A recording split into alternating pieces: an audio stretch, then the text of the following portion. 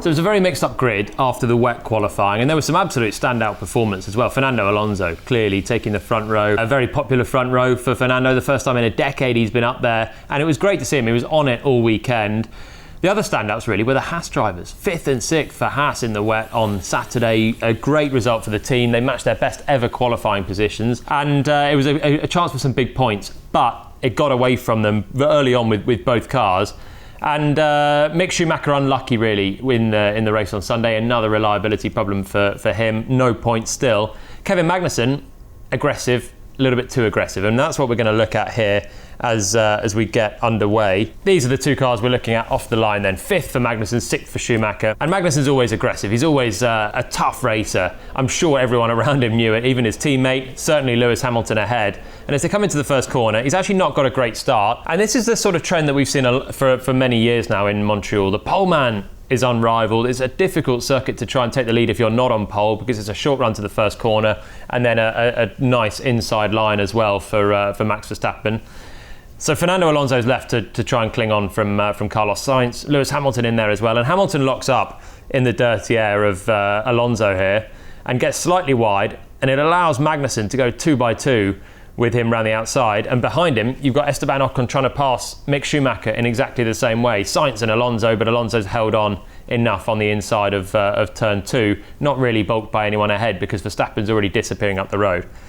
So we come out of this corner, and the 2 by 2 in front, the Spaniards eases, but now we've got Haas and a Mercedes and an Alpine and a Haas fighting each other down towards turn 3. And here, there's a difference in the moves. Firstly, Ocon behind is ahead of Schumacher here, the Alpine ahead of the Haas, whereas with Magnussen, he's coming in from behind the Mercedes. So this move for K-Mag is always going to be a really, really tricky one to pull off. To be honest, he's not going to be pulling this one off because he's on the outside line. The corner tightens, it squeezes through there, and he's not really done enough at this point to be able to hold on. He gets a big squeeze as well from Lewis in the braking zone, but at this point, he's never going to be able to hold that on around the outside. And unlike Esteban Ocon behind, who's able to go a little bit deeper on the brakes because he started ahead and he's able to squeeze across towards Schumacher, Magnussen can't do that because Hamilton's well and truly there on his inside, and in fact he's ahead. So for K-Mag, he's fought this one a little bit too long, a little bit too hard, and then they come across and there they have just a little touch, and you can see it. It's very, very tight here for Magnussen and Hamilton, but there we go, just a tiny little brush of the left rear tyre of the Mercedes and the front wing end plate of the Haas. And it looks at first like they both get away with it. Magnussen tucks back in. Ocon's completed a really nice move around the outside of Schumacher. Magnussen hasn't. That's because of how they set the corner up, and they carry on. Ocon's up a place. Magnussen is now the car ahead of him because Hamilton's held on. And it's what you'd expect really from that scenario. I think Magnussen's a little bit too aggressive in this moment though, and we've now seen a run. It's a really, the most unlikely rivalry you could have possibly expected coming into the season would be Lewis Hamilton having first lap incidents with a Haas. You never could have predicted that coming into the season. So it's testament to Haas that they've managed to get a car up there. It's testament to K-Mag that he's able to get these great qualifying positions and fight with Lewis. But now it's 2 times in a row that he's come up short, and it's cost them big points. So we ride on board with Kev here, and you just see the lock-up from Hamilton just allows Magnussen to get the chance to run alongside him here. It's very, very tight at this point. On top of it, into the braking area, Lewis comes across, and there's a big squeeze on Magnussen. And Hamilton has really left him the absolute minimum available space. And if he'd come across any more, then he puts Magnussen on the grass, and it would be a penalty to Hamilton for not allowing the room. But it's actually it's fine. It's perfect really from Hamilton to allow the absolute perfect amount of space for Magnussen. Huge squeeze, but it's okay.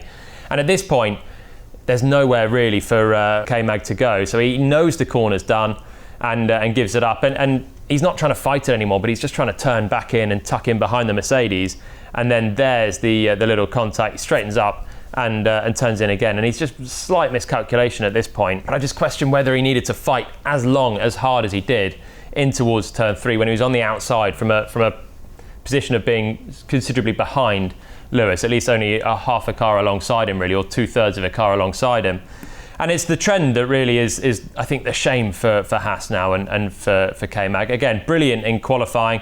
And this was the same situation, really, in Barcelona. Another good qualifying for him. Up in the top 10, fighting with Lewis Hamilton. Hamilton, all eyes on the Ferrari ahead. He's on the different tyres. Magnussen here on the softs. And again, he's fighting hard with Lewis here. Trying to go around the outside. This move, it's not absolutely not on for Magnussen, but it's just the way that he turns in. He really tries to pincer the Mercedes in this corner, keeps turning in, and then there's the contact when he's got a lot more space on the outside. So again, it's just the level of aggression here from Magnussen on the first lap that causes the impact. Now this touch gave Hamilton a puncture, and Lewis had a really good drive in Montreal, but he's lucky actually not to get a puncture from that first lap contact with Magnussen as well. So for Kev, a couple of incidents then in the last few races with Lewis Hamilton and the Mercedes. He's so excited at the front of the grid. It's great to see him at the front of the grid again on his return. He seems a rejuvenated driver, and we have seen also the good side of him fighting at the front this year. And this was another one that the Barcelona one didn't come off, the Canada one didn't come off, and I'm sure Günther Steiner and Haas are very frustrated because they're dropping points and they've got a car that has some performance. But when he does get it right, it's very good. And we saw that in Bahrain already in round one. This was the first race of Magnussen's return, and you can already see his intentions here. Round the outside of Sergio Perez on lap 1 in Bahrain. That's Lewis Hamilton once again just ahead. Lewis just covering the inside of the track here. Kev goes to the outside, and he's in quite deep, and then again we get this cutback, and it's actually quite close to contact even here. There's more of a space. It's Bahrain. There's a lot more room, and he's not squeezed nearly so much on the way into the corner. But as they cut back, it's pretty tight, and he got away with it, and actually had a great drive and scored some big points for Haas on this day. So he's got the potential in there. It's just sometimes fighting corners that are probably a lost cause against the Mercedes, which is also fundamentally a much quicker car than the Haas. So bit of frustration there, I think, for Kevin Magnussen. And Haas will just be hoping that they can get these qualifying positions again and just have a cleaner first lap, because a couple of times in a row it's cost them. Now, did it need to cost them, I think, is the second question, because actually Magnussen didn't go off in the gravel in Montreal like he did in Barcelona. So Barcelona was a write-off straight away. Montreal, he carried on for a while and he lost a bit of performance, was overtaken by a couple of cars. We can just see the damage here as he comes into shot. The front wing end plate here is damaged. It's sticking out a little bit more than it should do, basically. So it's damaged and it's dangling a little bit wide. Now Esteban Ocon gets on the team radio. He's the car behind here. And he says, "Yeah, I can see it's hanging on. It's all about to fall. If it loses it, I think it did the face on."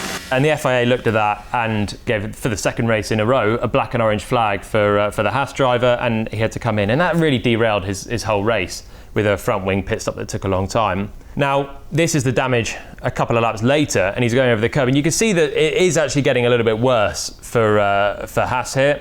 The damage over the curbs, the front wing is flailing around a little bit. It's hanging on by less than it was hanging on just immediately after the contact. And then this is as he comes into the pits now. Ocon's still behind him, and Magnussen comes into the pits with the front wing certainly hanging out at more of an angle than it was earlier on. On one hand, you'd say, okay, fair enough. That maybe could go a little bit further. That could be a hazard for the driver behind. And so you can understand in one respect the black and orange flag, but we haven't seen many of these black and orange flags for front wing damages before. Charles Leclerc did have one a little bit late in Suzuka a couple of years ago, but his car was shedding parts, and Magnussen's wasn't shedding parts, it was just flailing around a little bit.